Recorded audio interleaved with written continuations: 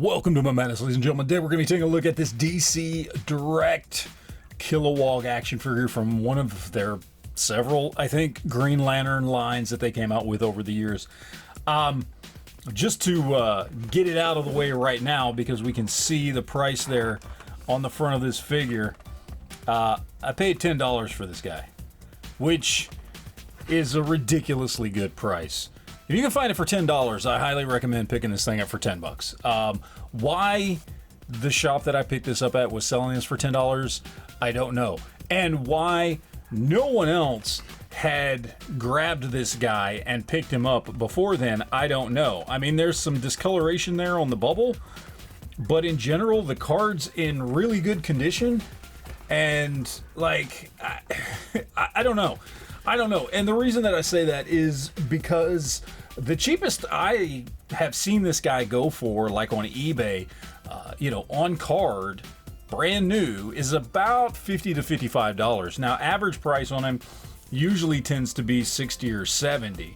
But I have seen him go for a little bit cheaper here and there. And I've wanted to pick this guy up for a while because I think it's a really good looking Kilowag, albeit DC Direct, so limited articulation. But I just didn't want to spend that much money on him, quite honestly. If I'm going to be spending $50, $60, $70, I'd rather spend a little bit more and maybe get the DC Universe Classics Build-A-Figure, which in and of itself is also very expensive, although very sought after. That thing usually goes for $100 or so. But for $10, this was just not something that I was going to pass up. I was very happy to pick him up. So we're just going to get the is it worth it part of the video out of the way up front. For $10, yes, it's totally worth it. Again, I don't know.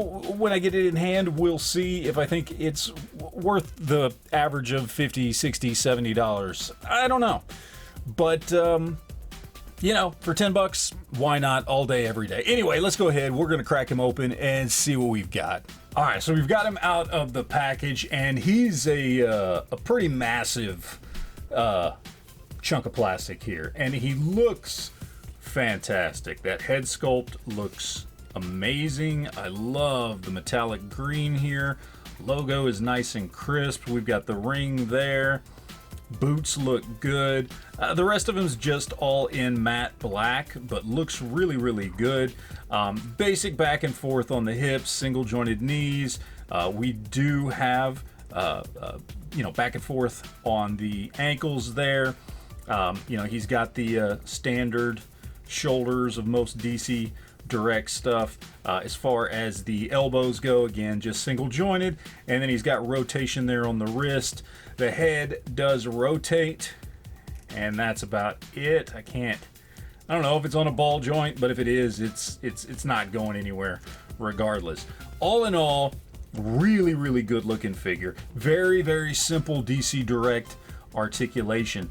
The only complaint that I have on this guy as of like right now is basically that he's somewhat pre-posed. Not a lot, and not as bad as I've seen some DC Direct figures, but you can kind of see it here. If we put his legs straight in line with the camera, his upper body kind of angles this way. If we angle his upper body towards the camera, his legs kind of angle that way. So he's standing at just kind of a slight tilt. And then you have things like here on the wrists, where you have the molding lined up when you have the wrists in a certain position. But if you turn the wrist, it doesn't line up anymore. So there's some of that pre-posed stuff going on that, again, DC Direct has done it much, much worse than this. But still, it's there. It's noticeable if you're paying attention, and I don't like it. I'd prefer it if there was no pre-posed aspects to any of my figures. That's why they're articulated, so I can pose them myself. That's the point. But this does have some of that. Not a lot. Still looks good. Still love the figure. Think it looks absolutely fantastic. And again, that head sculpt looks amazing. I love that. Great looking sculpt there. Just overall, the sculpt and everything on this guy looks really good. But let's get him with some other figures and see how he's going to stack up in a display. All right, so for a bit of a Green Lantern display, of course, we've got several DCUC figures here with Guy Gardner, Hal Jordan, John Stewart.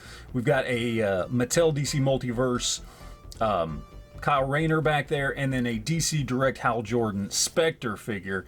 And he looks fantastic with all of these. Just absolutely looks amazing. And then just to give you an idea of what he's going to look like if you were to put him with some other lines, maybe some imports, things like that. Of course, we've got Mafex Steel, Mafex Batman. We've got Revoltech Deathstroke, SH Figuarts Joker. Then at the back, from McFarlane's DC Multiverse, we have Lobo, and then a custom Doomsday that I made out of a Devastator figure to give you an idea. And he looks a little bit taller than the Devastator, but a little bit shorter than Lobo. Of course, looks great with the rest of the figures because he's supposed to be bigger than them. All in all, looks really good. All right, so all in all, it's a pretty damn good figure. I like it quite a bit. Now, can I sit here and tell you that I would have spent 50, 60, 70 bucks on this guy? No. I wouldn't have. I didn't before, and after getting him, I probably still wouldn't, to be quite honest with you. It's a really good figure. I think it is an awesome representation of Kilowag, and I do understand that there's not a lot of Kilowag figures out there, so they do tend to pull in a little bit of a higher price. However, I still probably wouldn't spend, 50, 60, 70 bucks on him. If you could find him for 30, maybe 40, maybe, I might say that it's worth that, to be honest with you.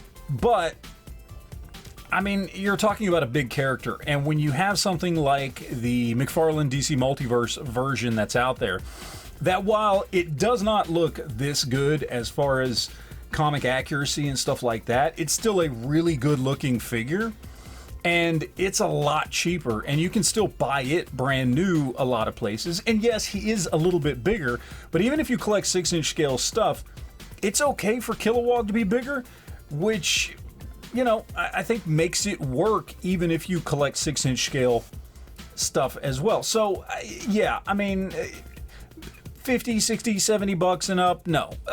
30, 40 bucks, yeah, I think it's probably worth it. It's a really good looking figure. I like it a lot. It looks good with a lot of different, DC stuff that's out there from a variety of different companies. I think it looks really cool. I like it. Certainly worth the $10 I paid, as I said at the beginning of the video. But over 40, probably not something that I would pick up. So anyway, that is it, guys. Appreciate you watching. Let me know in the comment section down below what you think, and always remember to enjoy your collection.